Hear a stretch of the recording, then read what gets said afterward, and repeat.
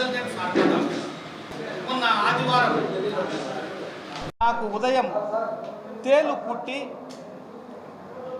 ఆ తేలు కాటుకు ప్రమాదానికి గురైనని వెంటనే నాకు ఇదివరకే ముందు కొద్దిగా గుండె సమస్య ఉంది, నాకు బీపీ ఉండింది, కొద్దిగా గుండె సమస్య ఉంది. ఈ తేలు కాటు జరిగినప్పుడు ఆ యొక్క విష ప్రభావం ప్రధానంగా గుండె మీద ఉంటుందనే విషయం నాకు తెలుసు. అందుకే భయపడి వెంటనే నేను రోజువారీగా వేసుకునేటువంటి ట్యాబ్లెట్ సాకుబిటాన్ అనేటువంటి బ్రాండెడ్ ట్యాబ్లెట్ వేసుకున్న తర్వాత ఆ విష ప్రభావం ఇన్ఫ్లమేటరీ ఎఫెక్ట్ ఉండకూడదని వెంటనే డెక్సామెథాజోన్ ట్యాబ్లెట్ వేసుకున్నా. ఆ తర్వాత ఇమ్మీడియట్గా మన కడప పట్టణంలో పాలెం పాపయ్య వీధిలో ఉన్నటువంటి లైఫ్ లైన్ హాస్పిటల్కి వెళ్ళి అక్కడ చికిత్స తీసుకోవడం జరిగింది. అక్కడ డాక్టర్ గారు ఏం ట్యాబ్లెట్లు వేసుకున్నావు అని చెప్తే మొత్తం చెప్పిన. సార్ నేను ప్రజోసిన్ అనేటువంటి ఈ తేలుకాటు విరుగుడు మంది ఏదైతే ఉంటుందో ఆ ట్యాబ్లెట్ 5 mg కూడా వేసుకున్నాను సార్ అని చెప్పాను. సరే అంటే నన్ను అడ్మిట్ చేసినారు. నా యొక్క హార్ట్ యొక్క పనితీరు ఏంటనేసి మానిటర్ పెట్టి గమనిస్తూ ఉన్నారు. ఈ పరిస్థితుల్లో అక్కడ ఫ్రూసిమైడ్ అనే ఇంజెక్షన్ కూడా వేయడం జరిగింది. అదేవిధంగా మధ్యాహ్నం ఆయన ఇంటికి వెళ్తూ అక్కడ ఉన్నటువంటి డ్యూటీ డాక్టర్కు సమయం అయింది కదా, దాదాపు 5-6 గంటలు అయింది, ఆయన ప్రజోసిన్ వేసుకొని మళ్ళీ ఇంకొక ట్యాబ్లెట్ వెయ్యి అని చెప్పేసి ఆమెకు సూచించినట్టున్నాడు. ఆమె నా దగ్గర ఆ ట్యాబ్లెట్ వేసుకోమని ట్యాబ్లెట్ ఇచ్చింది. ఆ ట్యాబ్లెట్ వేసుకున్న తర్వాత మరి ఈ మందులన్నీ కూడా ఓవర్ డోస్ అయిపోయి నా మీద ప్రభావం చూపించాయేమో, ఉన్న పల్లంగా నా బీపీ పడిపోయింది. 90/60 అని చెప్పేసి అక్కడ మానిటర్లో చూసినాం. ఎందుకు అంత బలవంతంగా ఇచ్చి నా ప్రాణాన్ని ఎందుకు మీరు ఇబ్బందులకు గురి చేయాలని చెప్పి నేను అడుగుతా ఉన్నా. ఎప్పుడైతే నాకు ఈ మందులు ఇచ్చినారో నా బంధువులు అక్కడే ఉన్నారు, అందరూ చూస్తానండి, ఉన్న పల్లంగా నా రెస్పిరేషన్ పడిపోయింది. 95% ఉన్న రెస్పిరేషన్ 60% పడిపోయింది. దాన్ని చూపిస్తున్నారు. సీరియస్గా ఉంది, ఇమ్మీడియట్గా ఐసీయూలో పండబెట్టాలా, ఆక్సిజన్ పెట్టాలా అని చెప్పి ఆక్సిజన్ తీసుకొచ్చి పెట్టారు. లేదంటే చచ్చిపోతాడని భయపెడుతున్నారు. ఈ రకంగా చేసి బయటికి తీసుకెళ్ళి బేరాలు ఆడుతున్నారు. రోజుకు 15,000 అవుతుంది, ముందు 5,000 కట్టండి, మళ్ళీ 10,000 కట్టండి, మళ్ళీ ఇంత అవుతుంది. ఇంకొక అతను వచ్చాడు, ఏసీ రూమ్ అంటాడు, డబల్ ఏసీ అంటాడు, వార్డు ఏసీ వార్డు అంటాడు, బేరాలు ఆడడం మొదలుపెట్టినారు. సో ఈ రకమైన పరిస్థితిని గమనించిన. మరి నాకు ఇవ్వాల్సిన ట్రీట్మెంట్ ఇవ్వకుండా నాకు కాంట్రా ఇండికేటర్ అయినటువంటి మెడిసిన్ ఇస్తా ఉన్నారు. ఎందుకు ఇలా చేస్తున్నారు? నా రెస్పిరేషన్ ఆల్రెడీ పడిపోయింది. ఈ పరిస్థితికి ఆ రోజంతా సైలెంట్గా ఉన్నాం, ఎందుకంటే వాళ్ళ హ్యాండ్లో ఉన్నాం. ఎనస్థీషియా ఇచ్చినారు, సెడేషన్ ఇచ్చినారు, మత్తులో కాలు చెయ్యి కదలడంలే, బ్రెయిన్ ఒకటి పని చేస్తుంది, పైకి చూస్తాడా ఏం చేయాలో తెలియటంలే. పైగా నా ఒంటి మీద బట్టలన్నీ తీసేసినారు. బయటికి పారిపోదామా, వీళ్ళ దగ్గర నుంచి బతికి పోదామా అంటే బట్టలు లేవు ఒంటి మీద. ఒకటి ఏందో కప్పినారు అంతే, ఒకటి బ్లూ కలర్ ఏందో గ్రీన్ కలర్. నేను వచ్చింది దేనికి? మీరు ఏసీలో నేను అత్తగారికి అల్లెం తినడానికి వచ్చినానా? ఒరే నాయన నన్ను డిశ్చార్జ్ చేయండి రా తండ్రి అని చెప్పి అడిగిన. దానికి చేయలే. ఇమ్మీడియట్గా ఆ హాస్పిటల్ ఓనర్ ఎవరో నెట్లో నెంబర్ చూసి ఫోన్ చేసిన, హైదరాబాద్ ఫోన్ చేస్తే ఆ మనిషి దొరకలే. వెంటనే డిఎంహెచ్ఓ గారికి ఫోన్ చేసిన. సార్ నన్ను ఈ మాదిరి ఠాగూర్ సినిమాలో చూసినట్టుంది నాకు ఇదంతా కూడా, సార్ నన్ను బయటపడేయండి సార్, నన్ను రక్షించండి సార్ అని ఫోన్ చేసిన. ఆయన మరి పాపం ఆయన అధికారి ఏం చేస్తాడు, నువ్వు రిటర్న్ కంప్లైంట్ అని అన్నాడు.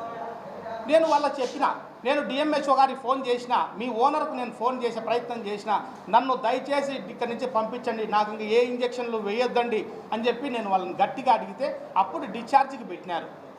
సో ఈ రకమైన పరిస్థితి. సార్ నేను పోయింది హైపర్ టెన్షన్ సమస్యతో పోతే నాకు దానికి ట్రీట్మెంట్ ఏమి ఇవ్వకుండా నాకు మత్తు సూదులు ఎందుకు వేసినారనేది నేను అడుగుతాను. సార్ నన్ను ఒక్కనే ఎందుకు చేసినారనంటే ఇది నాకు మాత్రమే తెలిసి నా సంఘటన నా సెల్ఫ్ కాబట్టి నాకు తెలుస్తుంది. ఈరోజు పొద్దున ఇద్దరు ముగ్గురు ఫోన్ చేసినారు. నేను దాన్ని కూడా సోషల్ మీడియాలో పెట్టిన. సేమ్ ఒక ఆమె వేంపల్లి దగ్గర ఏదో ఊరు చెప్పింది, ఆమె కూడా అదే ప్రాబ్లం. ఒంటిమిట్ట నుంచి ఒకరు ఫోన్ చేసినారు, నేను మాధవరం నుంచి ఒక సుబ్బమ్మ అని ఒక ఆమె ఫోన్ చేసింది. అందరికీ ఇదే రకంగా జరుగుతుందని వాళ్ళు చెప్తున్నారు. నేను ఆ రోజు అడ్మిట్ అయిన రోజు ఆదివారం సాయంత్రము ఒక మనిషి ఇట్లా పేపర్లు పట్టుకొని తిరుగుతున్నాడు. ఏమి రానంటే పక్కకు తిరిగి చూస్తే బిల్లులు ఎందుకు ఇన్నేసినారు, మమ్మల్ని ఎప్పుడు డిశ్చార్జ్ చేస్తారు మీరు, వాటి లబోదిబోమని మొత్తుకుంటా ఆడు. 5-6 రోజులు అయిందంట ఆడికొచ్చి. నేను లోపలే రచ్చ చేశాను సార్. ఆ హాస్పిటల్ యజమాని ఎవరో కనుక్కొని ఆయనకు చెప్పాలని చెప్పి నేను ఒకటే చేసిన, ఈ రకమైన పరిస్థితులు, ఈ రకమైన విధానం ఈడ ఎందుకుంది, ఇది ఏందిరా నాయన, ఇది టాగూర్ సినిమాలో మాదిరి దోపిడీ కనపడుతుంది. ఏదైనా మెడికల్ మాఫియా సార్, ఇది టాగూర్ సినిమాలో ఒక సీన్ చూపించుండొచ్చు సార్. నాకు మొత్తంగా బిల్లు వచ్చింది 20,433 రూపాయలు వేసారు. వాళ్ళు చెప్పేటి అన్ని తప్పులే, అబద్ధాలే. ఇదో మా దగ్గర బిల్లులు, ఇదో తీసుకోండి. మాకు ఇది వాళ్ళు ఇచ్చిన బిల్లులే. నేను కూడా ఇస్తాను సార్, వాళ్ళు ఇచ్చితే.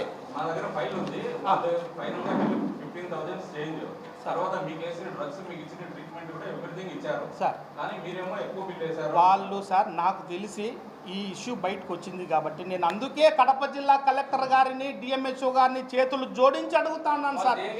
వాళ్ళు ఖచ్చితంగా ఇవన్నీ కూడా రికార్డ్స్ మారుస్తారు. వాళ్ళు సీసీ ఫుటేజ్ తీసుకోండి దయచేసి అధికారులు. ఆ హాస్పిటల్ యొక్క సీసీ ఫుటేజ్ నేను అడ్మిట్ అయినప్పటి నుంచి డిశ్చార్జ్ అయినంత వరకు సీసీ ఫుటేజ్ సెక్యూర్ చేయండి. వాళ్ళు అన్నీ మారుస్తారు. నా దగ్గర వివరాలు ఉన్నాయి, నా దగ్గర ఎవిడెన్స్ ఉంది, ఐ విట్నెస్లు ఉన్నారు. నాతో పాటు నా స్నేహితుడు వైద్య నిపుణుడు, అతను డాక్టర్ కూడా వచ్చాడు. వాళ్ళందరూ రేపు కోర్టులో నిలబడతారు. మీరు సాక్ష్యాధారాలు మారిస్తే ఒప్పుకునే పరిస్థితి లేదు. అధికారులను ఒకటే విన్నవించుకుంటున్నాం, దయచేసి వాళ్ళ దగ్గర నుంచి అన్ని రికార్డులు తీసుకోండి అని నేను ఆల్రెడీ ఇదివరకే కలెక్టర్ గారికి, డిఎంహెచ్ఓ గారికి నేను లేఖలు రాసిన, కంప్లైంట్ పెట్టిన. వాళ్ళు ఎన్నైనా మారుస్తారు. ఆయన డాక్టర్ గారు ఎవరైతే మొన్న ప్రెస్ మీట్ పెట్టారో, ఆయన వన్ టౌన్ పోలీస్ స్టేషన్లో ఆయన ఫిర్యాదు ఏదైతే ఇచ్చారో దాంట్లో ఆయన ఒప్పుకున్నాడు. నాకు సెడేషన్ ఇచ్చారు, నాకు నార్కోటిక్ మందులు ఇచ్చారు, నాకు ట్రమాడాల్తో పాటు హ్యాలోపెరిడాలు, అదేవిధంగా మిడాజోలం, బెంజోడైజిపిన్ డ్రగ్స్ సరిగి, గంజాయి కంటే దారుణమైనటువంటి మత్తునిచ్చే డ్రగ్స్ సరిగి నాకు ఎందుకు వేస్తారని నేను అడుగుతాను. నా పరిస్థితి ఏంటి? ట్రమాడాల్ ట్యాబ్లెట్ ఇటీవల కాలంలో విచ్చలవిడిగా దుర్వినియోగం అవుతుందని చెప్పి మన గౌరవ కడప ఎమ్మెల్యే గారు మాధవిరెడ్డి గారు, ఆమె ఎప్పుడైతే ఎమ్మెల్యేగా మొదటిసారిగా కాలు పెట్టిందో అసెంబ్లీలో, ఆమె మొట్టమొదటిసారిగా మాట్లాడింది ఈ ట్రమాడాల్ మందు గురించే. అయ్యా, ట్రమాడాల్ కడప జిల్లాలో విచ్చలవిడిగా దుర్వినియోగపడతా ఉంది, ఇంజక్షన్లు వేసుకుంటా అన్నారు, మత్తుకు బానిసలు అవుతా అన్నారు యువత అని చెప్పి మహాతల్లి ఎవడు కూడా ఆ యొక్క విషయాన్ని ఈ రాష్ట్రంలో ఎవడు మాట్లాడలే. మన కడప జిల్లా ఎమ్మెల్యే మన మాధవక్క మాట్లాడింది. దాని మీద విస్తృతంగా రాష్ట్ర వ్యాప్తంగా దాడులు జరిగినాయి. దాని మీద ఉక్కుపాదం మోపింది ఔషధ నియంత్రణ శాఖ. అయినా కూడా ఈ మెడికల్ మాఫియా ఏ విధంగా తయారైందంటే, ఎంత చర్యలు తీసుకున్నా, ఎంత దాడులు చేసినా, ఎంత నిఘా పెట్టినా కూడా ఏదో విధంగా ఈ మందులు దుర్వినియోగం అవుతానే ఉన్నాయి. కాబట్టి నేను అడుగుతాన్నా మన కడప జిల్లా ఎమ్మెల్యే గారిని కూడా కోరుకుంటున్నాక, నేను చేతులు జోడించి వేడుకుంటున్నా. ఈ రకంగా ఆసుపత్రిలో అధికారికంగా ఎంత బాధ్యతగా ఉండాల్సినటువంటి వైద్యులు ఈ రకంగా బెంజోడైజిపిన్స్, మీరు మాట్లాడింది ఓన్లీ ట్రమడాల్ గురించే, బెంజోడైజిపిన్స్, అదేవిధంగా ఈ మత్తు మందులు, హ్యాలోపెరిడాల్, సైకోటిక్ డ్రగ్స్, ఇది మెటెక్సెల్ అంటే మెటప్రొలాల్, బీటా బ్లాకర్, ఆ టాబ్లెట్ ఇస్తే నువ్వు హార్ట్ రేట్ కంట్రోల్ కావాలని చెప్తాను. అది ఇస్తే నా బీపీ ఇంకా ఫ్లక్చువేట్ అవుతుంది. 60/40కి వచ్చింది శ్రీశ్రీ హోలిస్టిక్లో. అది కనుక వేసుకుని ఉంటే నేను ఖచ్చితంగా చచ్చిపోయేవాడిని.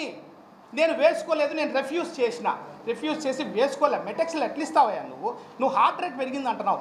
అయ్యా, నేను చెప్తా ఉన్నా, భగవంతుడు ప్రతి ఒక్కరికి, మనిషికి, శరీరానికి ఒక ప్రొటెక్టివ్ మెకానిజం ఇచ్చాడు. ఏదైనా బాడీలో ఒకటి ఇంబ్యాలెన్స్ జరిగితే దాన్ని బ్యాలెన్స్ చేయడానికి మరొక సిస్టమ్ ఇచ్చాడు భగవంతుడు. ఆ రకంగా నా బ్రెయిన్కు బ్లడ్ సరిగా పోవటం లేదని చెప్పి నా హార్ట్ రెస్పాండ్ అయ్యి హార్ట్ బీట్ పెరిగింది. It is trying to meet the demand of the blood supply to the brain. అటువంటి పరిస్థితిని నువ్వు క్లినికల్ పరంగా ప్రత్యక్షంగా వచ్చి నన్ను పర్యవేక్షించకుండా, క్లినికల్గా ఎగ్జామిన్ చేయకుండా నువ్వు మెటెక్సెల్ ఎట్లా రాస్తావు? నీ నిర్లక్ష్యం కాదా? ఇది వైద్య నిర్లక్ష్యం కాదా అని నేను అడుగుతాను. నా డాక్టర్ని సమాధానం చెప్పాను. చంపడానికి చేసినారు సార్. వాళ్ళు ఎన్నైనా చెప్తారు, సాధారణ జనాలకి ఇది అర్థం కాదు సార్. ఆయన అన్నాడు ఎక్స్పర్ట్, ఇదంతా టెక్నికల్ అన్నాడు, ఎక్స్పర్ట్ ఒపీనియన్ కావాలా, ఎక్స్పర్ట్ ఎవాల్యుయేషన్ కావాలని అంటున్నాడు. నేను ప్రభుత్వాన్ని కూడా ఇదే డిమాండ్ చేస్తాను. ఒక 5-6 మంది ఎక్స్పర్ట్స్ని పెట్టి ఒక కమిటీ వేయాలా. వాళ్ళు అక్కడ జరిగినటువంటి సాక్ష్యాధారాలు సహా నిరూపించడానికి నేను సిద్ధంగా ఉన్నా. ఎక్స్పర్ట్ కమిటీనే వేయాలా. అది ఏం జరిగిందో ఎక్స్పర్ట్స్కే చెప్తాం. వాళ్ళు సమాజంలో ఊరికే ప్రెస్ మీట్ పెట్టి మేమేం చేయలేం, మాదేం తప్పులేదు, మేము కాపాడినాం, బతికించినామంటే ఇన్ని కుదరదు. నేను ఈరోజు బతుకున్నానంటే నా కన్న తల్లిదండ్రులు చేసుకున్న పుణ్యం, వాళ్ళు ముక్కిన దేవుడు నన్ను ఈరోజు కాపాడినాడు. ఎందుకో నేను బతికి బయటపడినా అది నా కన్న తల్లిదండ్రుల పుణ్యము, నా బిడ్డల భవిష్యత్తు. ఇంత ఏం మాట్లాడతారు సార్? సార్ నేను ఇంకోటి కూడా చెప్తా ఉన్నా, నిన్న సాయంత్రం వరకు నా పరిస్థితి ఎట్టుందంటే కాలు ఎక్కడ వేస్తున్నాను ఏడ నడుస్తున్నాను నాకే ఆ మత్తు ఆ రకంగా ఉండింది సార్. సార్ పోలీస్ స్టేషన్లో ఏం జరిగింది అదొకటి. తర్వాత మీరు ఏం చేయబోతున్నారు సార్? సింపుల్గా వాళ్ళైతే ప్రెస్ మీట్ పెట్టి నా మీద డిఫమేషన్ ఏదో వేయాలని చెప్పేసి ఏదో ప్రకటన ఇచ్చారు, వేస్తున్నామని చెప్పారు. అయ్యా నాకు ఆ హాస్పిటల్ యొక్క ఫేమ్ని డిఫేమ్ చేయాలని కానీ ఆ రెప్యుటేషన్ని నేను ఏదో దెబ్బతీయాలని కానీ నాకు ఎటువంటి ఇంటెన్షన్ మెన్స్రియా నాకు లేదు. నాకు ఆయన శత్రువు కాదు, హాస్పిటల్ యాజమాన్యం నాకు శత్రువు కాదు, ఆయన ఎవరో నేనెవరో నాకు ఎటువంటి పరిచయం లేదు. నాకు జరిగిన అన్యాయాన్ని ఒక వీడియో కంప్లైంట్ అంటా నేను దాన్ని. అది వాళ్ళ రెప్యుటేషన్ డ్యామేజ్ చేయడానికి ఇచ్చిన ఫాల్స్ ప్రాపగండా అయితే కాదు. నేను అదే అదే అదే చెప్పాను అదే అండి. అయితే వాళ్ళు ఏ విధంగా అయితే పోలీస్ స్టేషన్లో కంప్లైంట్ ఇచ్చారో నేను కూడా 1 టౌన్ పోలీసుల వారికి, అదేవిధంగా కడప డిఎస్పీ గారికి, కడప ఎస్పీ గారికి కూడా క్రిమినల్ కంప్లైంట్ ఇవ్వడం జరిగింది. వాళ్ళు ఏదైతే నా పట్ల నేరపూరితమైనటువంటి చర్యలకు పాల్పడ్డారో భారతీయ న్యాయ సంహితలోని పలు సెక్షన్ల కింద, అదేవిధంగా narcotic drugs and psychotropic substances act కింద వాళ్ళు చేసినటువంటి చట్ట వ్యతిరేక చట్ట ఉల్లంఘనలకు గాను ఖచ్చితంగా కఠినపరమైన చట్ట నేరపూరితమైన చర్యలకు నేను క్రిమినల్ చర్యలు తీసుకుంటాను. ఖచ్చితంగా నేను కోర్టుకు వెళ్తాను. వాళ్ళు చేసిన మెడికల్ నిర్లక్ష్యం, ఇది మెడికల్ నిర్లక్ష్యమే కాదండి, ఇది క్రిమినల్ నిర్లక్ష్యం, క్రిమినల్ నెగ్లిజెన్స్ అని చెప్పి నేను చెప్తా. ఖచ్చితంగా నేను కోర్టుకు వెళ్తా. వాళ్ళని జైలుకు ఈడ్చేంత వరకు నేను వెనుకడుగా వేయనని చెప్పి కూడా ఈ సందర్భంగా నేను తెలియజేస్తాను.